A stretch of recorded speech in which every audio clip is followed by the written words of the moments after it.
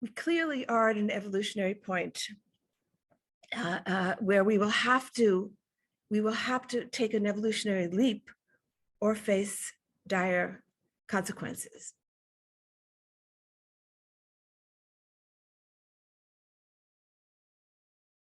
We're in a transition now, but have entered another age where the consciousness is higher, not terribly high, but there are more people seeking spiritual realization, seeking awakening. And so that is why we see such collapse and such dysfunction, because the structures that were built during a lower consciousness are no longer working. They're no longer satisfying the current needs. So we're seeing a lot of tension between the new and the old, a lot of birthing pangs, and a lot of dysfunction.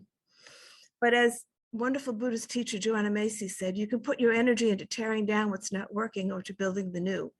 And that's what Auroville is doing, setting the foundation for what is to come. And we all are part of that and have to contribute to that.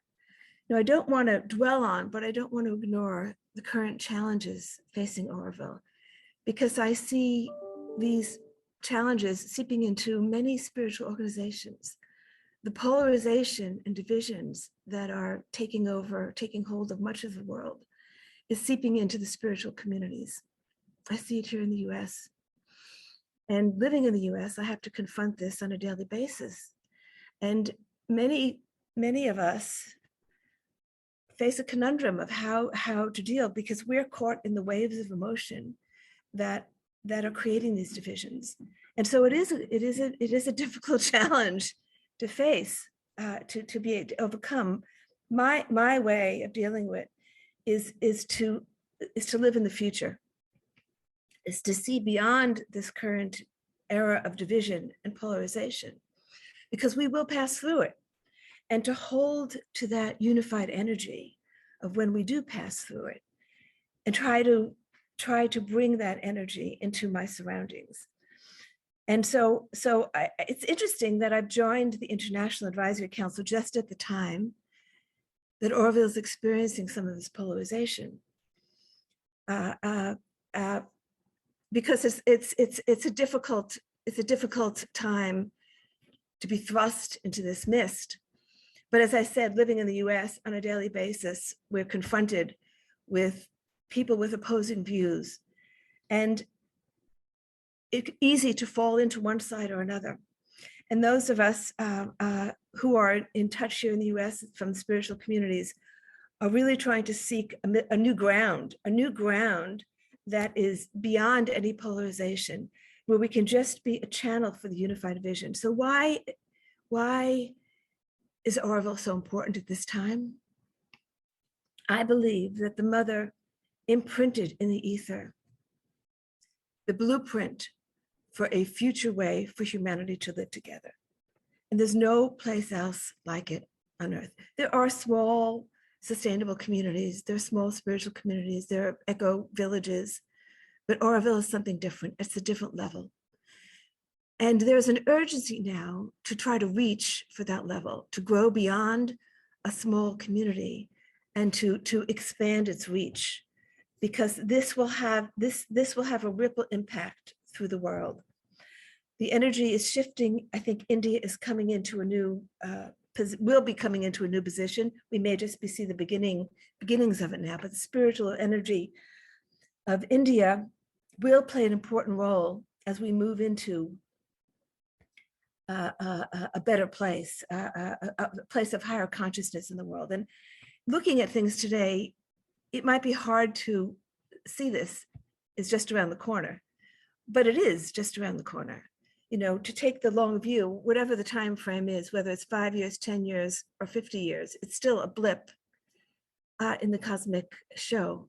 And so for Auroville to work through the current issues and to try to manifest what the mother's vision is of utmost importance right now. And I know that all Aurovillians are aware of this, but as I said, we're humans and we get caught up in the emotions and our egos.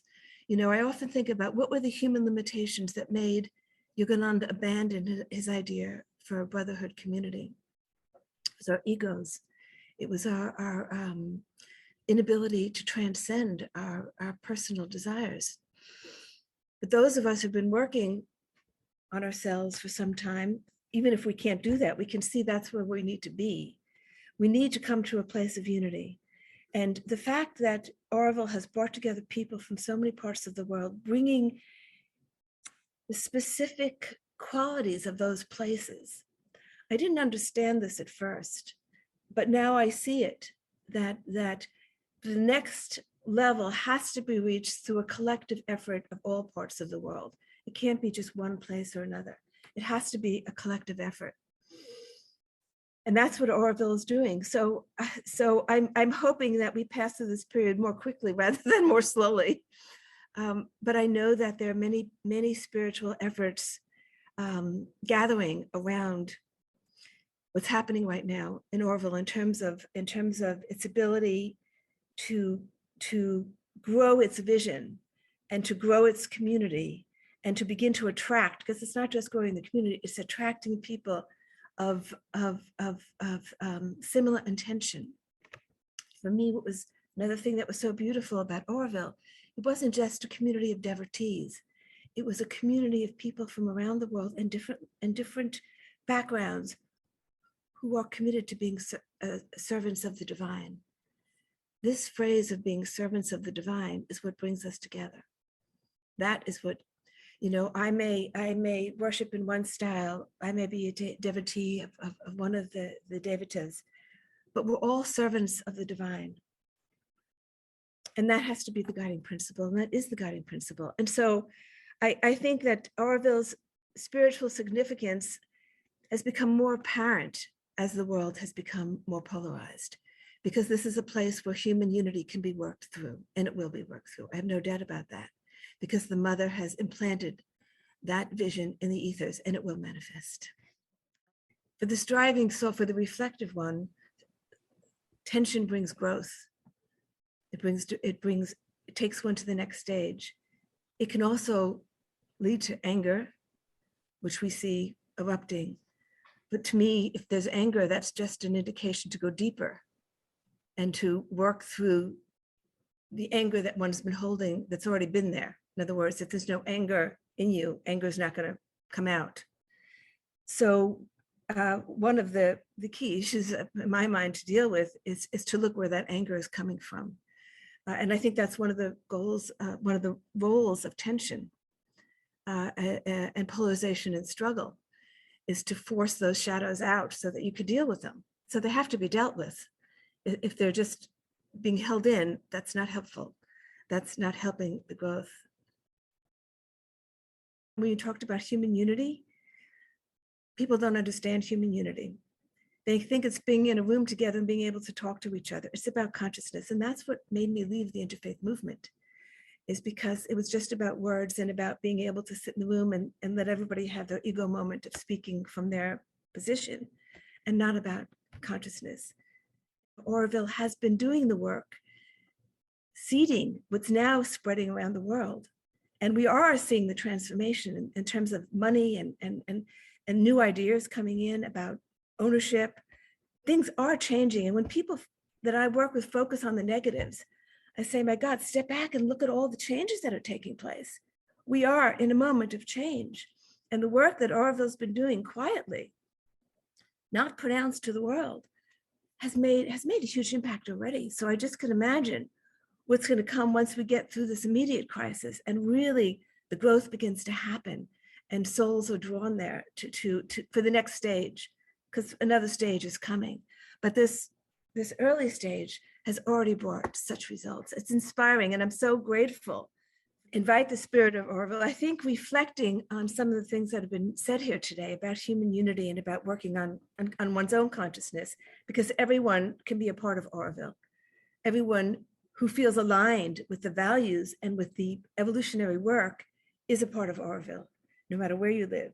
And so doing that work individually in your own life, and staying tuned to the energy of Auroville, tuning in with that energy and what's going on, Since I joined the International Advisory Council, I felt the presence of the mother incredibly. There was such a surge of her energy. And as I sit and listen to all the conflicts, and I've sit and listened to a lot of arguing, the energy of the mother is so present. The energy of the mother is so present right now. It's tuning into that no matter where you are. And then you're part of it.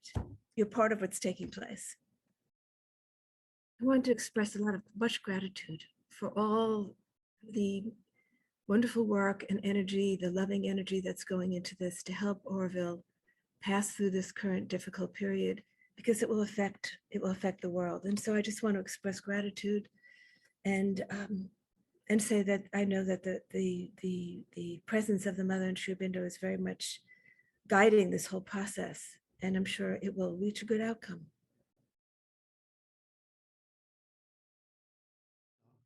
So my vision of Auroville that I would like to share in closing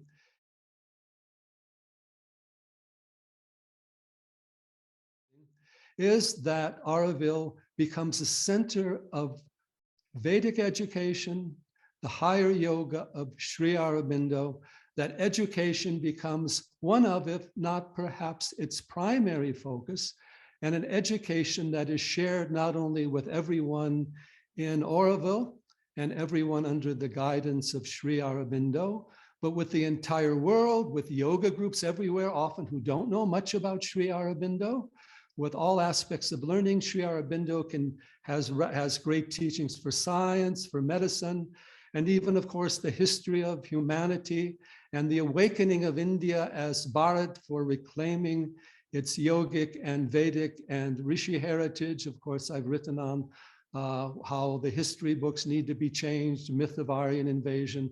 The inspiration for doing that also came through Sri Aurobindo and the teachings that he gave and the connections with Pandit and many others in that field, Sethna and Jagan Mohan, and going back to the Sanskrit text, and Kapali Shastri, who I was also connected through Kavyakanta Ganapati Muni. So that is my vision for Auroville, and it's very important for this 75th anniversary of India's independence and 150th anniversary of Sri Aurobindo and Sri Aurobindo and the Mother's teaching. So let's form a sankalpa today to elevate Auroville to a place of a true school of integral yoga and integral Vedic knowledge, not only outwardly in terms of schools, institutions, publications, and